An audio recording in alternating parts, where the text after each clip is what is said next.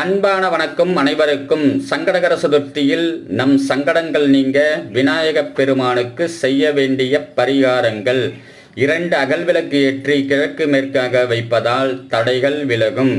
வெள்ளை எருக்கம்பூ, அருகம்புல், வாழைப்பூ 16 எண்ணிக்கையில் மாலையாக விநாயகனுக்கு சாத்தும் பொழுது நினைத்த காரியங்கள் கைகூடும்.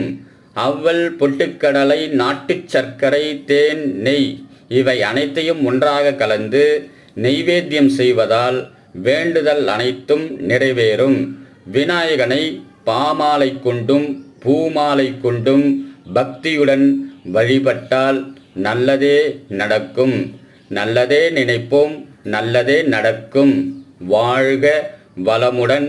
இறையருள் அனைவருக்கும் கிடைக்க மனதார இறைவனை பிரார்த்தனை செய்து கொள்வோம்.